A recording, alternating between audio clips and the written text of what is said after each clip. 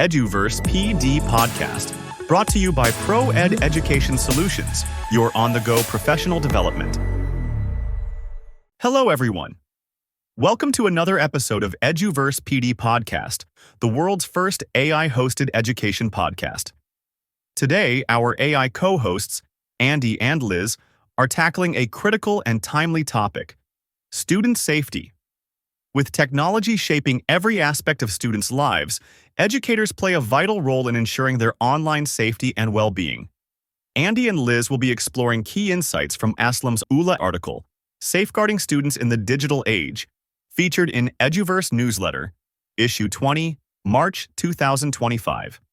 Get ready for expert advice, actionable strategies, and a deeper understanding of how to create a safer digital learning environment.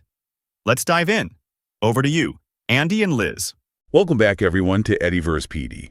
Today, with me is our AI expert, Liz. Always ready for some insights. We're going to be talking about safeguarding students in the digital age, and this is based on a fascinating article by Aslom Ullah. Yeah. He's got a really interesting background. As an English teacher, been teaching for 15 years, worked in London and Qatar, and he's been speaking quite a bit about the impact of AI on education. So he's got this cool mix of like classroom experience and technology know-how.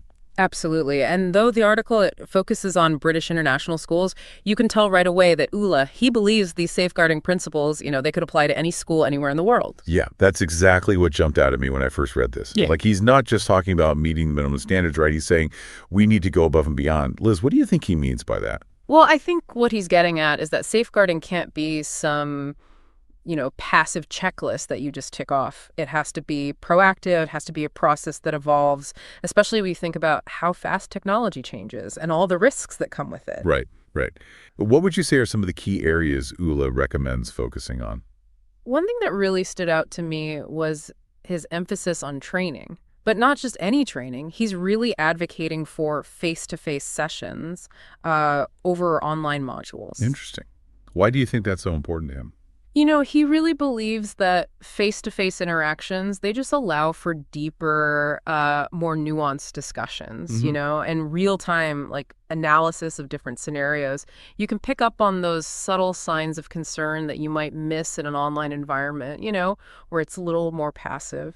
Yeah. It's not just about knowing the rules. It's about how do you apply them in those messy situations and being able to talk it through with your colleagues and experts. Exactly. And he's quick to point out that this kind of in-depth training, it's not just for teachers, but it's for all adults, all the adults in a child's life. Yeah. I mean, he even mentioned nannies and drivers. Yeah. Which I thought was really interesting because it's so easy to forget that safeguarding, it's not just the school's responsibility, right? Yeah. It takes a village. It does. It's about creating this web of protection around each child and making sure everyone in their life knows how to recognize and respond to potential harm. All right. Well, let's talk about the elephant in the room here. Or maybe it's the bot in the room. Right. AI. Yeah. And its impact on student safety. Mm. Because Ullah, he brings up some pretty serious risks, right? Yeah, he does. And I think it's important to remember that AI, at its core, it's a tool. And like any tool, it can be used for good or for bad. He points out some very specific threats, like catfishing. When someone creates a fake online persona, they deceive another person. And grooming, where an adult is building this inappropriate relationship with a child online. But these dangers, they're changing all the time as technology advances. Yeah, I mean, he gave the example of deep fakes, which I don't know about you, but those kind of creep me out. They are concerning. Yeah. They really are. Deepfakes can create these incredibly realistic videos, but they're completely made up, right? Fabricated, which means they could be used to spread misinformation or to harass someone or even to create fake evidence of wrongdoing. And then it's not even just deepfakes, right? Yeah. Ullah talks about voice cloning technology. Yeah. Where you can literally mimic someone else's voice. Yeah. It sounds like something out of a sci-fi movie, but yeah, it's here. It's real. Yeah. And has huge implications, for student safety. Absolutely. It's a scary thought, right? Someone using voice cloning to impersonate a parent or a teacher to gain a child's trust or to manipulate them. So with all these new threats emerging so quickly, what What does Ullah recommend schools actually do? Like, what are some practical steps? One of the things he stresses is going beyond just activating safe search filters. Right. He thinks schools need to put in place these more robust content filtering and monitoring services. Okay. Something that can really keep up with the latest threats. So something that can flag like potentially harmful content and track student activity, but in a way that respects privacy. Right. But also like sends out alerts if there are any red flags. And it's not just about blocking or monitoring. It's about using the data to inform, proactive interventions and education. Mm-hmm. If you notice a pattern of concerning search terms or online interactions, that's a chance to reach out to the student, provide support, maybe even use those real-world examples in your digital citizenship curriculum. So using technology to not only protect students, but also to educate them Exactly. about the dangers out there. Yeah, and this really ties into another one of his big recommendations, which is empowering students through education. Mm-hmm. He argues that knowledge is power. Right. And in the digital age, that means giving students the tools and the information they need to navigate the online world safely and responsibly. So it's not just about protecting them. Yeah. It's about giving them the knowledge and the skills to protect themselves. Exactly. It's about moving away from just telling students what not to do online. Right. And instead equipping them with the critical thinking skills and the digital literacy they need to make good choices for themselves and to protect themselves. Which makes me think about how important digital citizenship education is. Yeah. It's not just teaching kids how to use technology. It's teaching them how to use it ethically and responsibly. Yeah. And safely. It's helping them develop a critical eye. Right. To question what they see online, to understand how their actions might affect others, and to know where to get help if they run into something harmful or disturbing. It's like we need to teach them to be like digital detectives. Yeah. Able to spot those red flags and protect themselves from online threats. I love that analogy. Yeah. Give them the magnifying glass and the fingerprint kit. But how do we actually do that? Like how does Ullah suggest schools actually implement this kind of education? He really emphasizes that it can't just be a one-time thing. Right. Like a one-off assembly or a single lesson on internet safety. It needs to be integrated into the curriculum across different subjects. It's woven into everything they're learning. Exactly. And it's not just about the what, it's about the how. Like Ullah, he encourages schools to think outside the box when it comes to teaching these things. He suggests using, real-world scenarios, simulations, guest speakers, even things like interactive games or virtual reality experience. Make it fun. Yeah, exactly. Bring those lessons to life. Totally. And speaking of, engaging students, Ullah also talks about the importance of getting student voices into safeguarding strategies. Yes. Absolutely. He's a big believer that students should be active participants in their own safety, not just passive recipients of, rules and restrictions. Right. He suggests that schools create regular forums or sessions where students can, share their experiences, their concerns, and even their ideas for improvement. So like student-led assemblies, focus groups, maybe even having them create content. Yeah. Like videos or social media campaigns about online safety. Exactly. And it's not just about giving them a voice. It's about really listening to what they have to say and then using their feedback to, to make your strategies better. Right. Because they're the ones on the front lines of the digital world. They are. They know what the risks are. They know what the challenges are. Mm-hmm. And they often have some really amazing ideas for solutions. So I think Ullah makes a really compelling case here for, a more proactive and student-centered approach to safeguarding.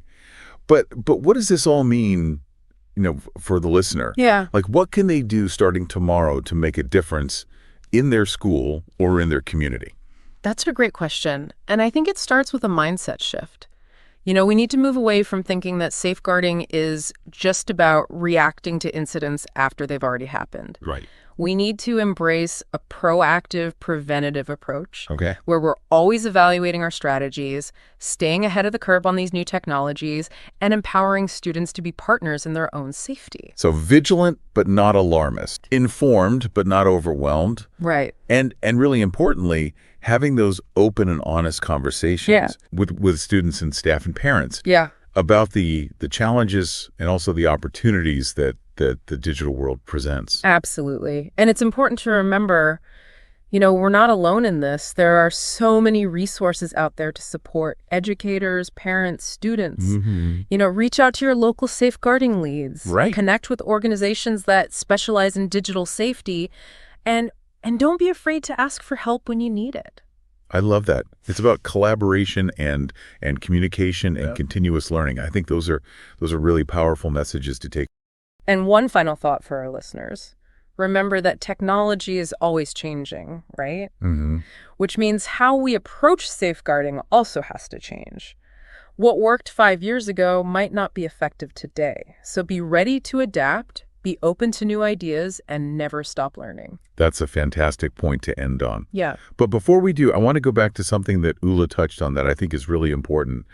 And that is this concept of affluent neglect. Oh, yeah. Yeah, that was a really eye-opening part of the article for me. Me too. Can you just remind our listeners what that term means and why it's important when we're talking about safeguarding? Sure. Affluent neglect refers to a situation where, often in well-off families, parents might be less involved in their children's lives. Right. Because of busy schedules, demanding careers, they rely on nannies or other caregivers. And it's not like intentional neglect, right? But it can create these gaps in safeguarding. Exactly. And children in those situations, they might have more unsupervised access to technology, which makes them more vulnerable to online risks. And they might be less likely to talk to an adult if something's wrong. Right. Either because they don't feel comfortable or because they don't want to, disappoint their parents. That's a really important point. So what can schools do to kind of address this issue? I think it starts with awareness. We need to acknowledge that affluent neglect is a real thing, and it can happen in any community, no matter the socioeconomic status.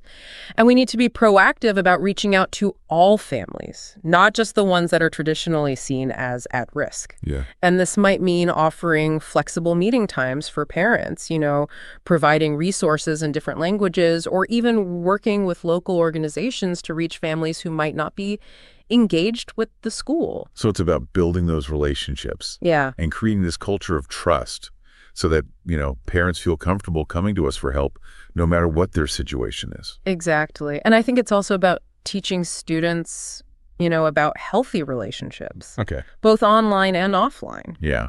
That's a great point.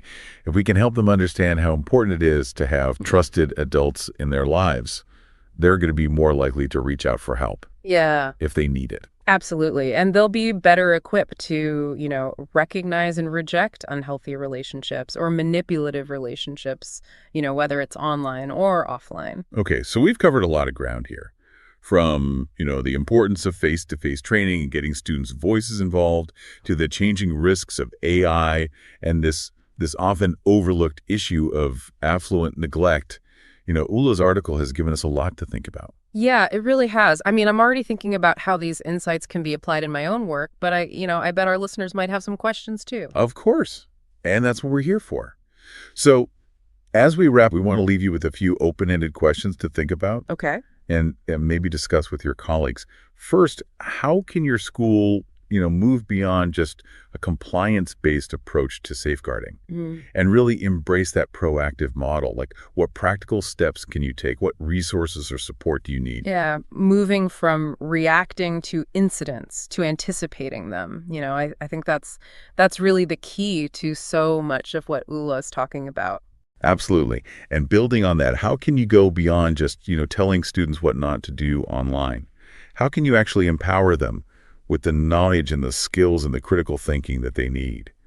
And to be those safe and responsible digital citizens, how can you make digital citizenship education engaging and relevant and impactful for your students? Yeah, it's not just about what you teach, it's how you teach it, right? Exactly. And finally, how can you create that culture of open communication and trust, where students feel empowered to actively participate in their own safety and well-being? Yeah. How can you make sure that their voices are heard and that their feedback is actually valued and used to improve your school's safeguarding strategies? Yeah, we've talked about some specific things like, those student forums and student-led initiatives. But I think this question is bigger than that. It's about building a culture of respect and shared responsibility. It is. It's about recognizing that safeguarding, it's everyone's responsibility. And it's an ongoing conversation. We hope Aslom Ullah's work has given you some valuable food for thought and maybe sparked some important conversations in your own school communities. Thanks for joining us. And remember, when it comes to keeping our students safe in this digital world, we're all in this together.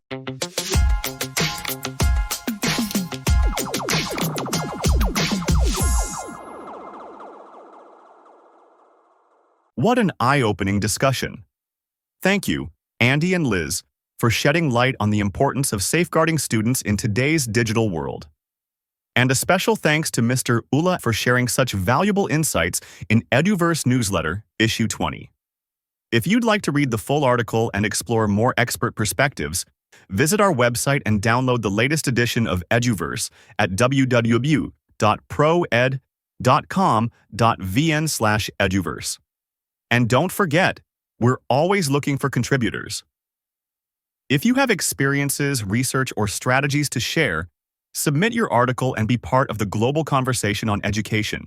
Thanks for tuning in, and we'll see you next time on the EduVerse PD podcast, brought to you by the ProEd Education Solutions.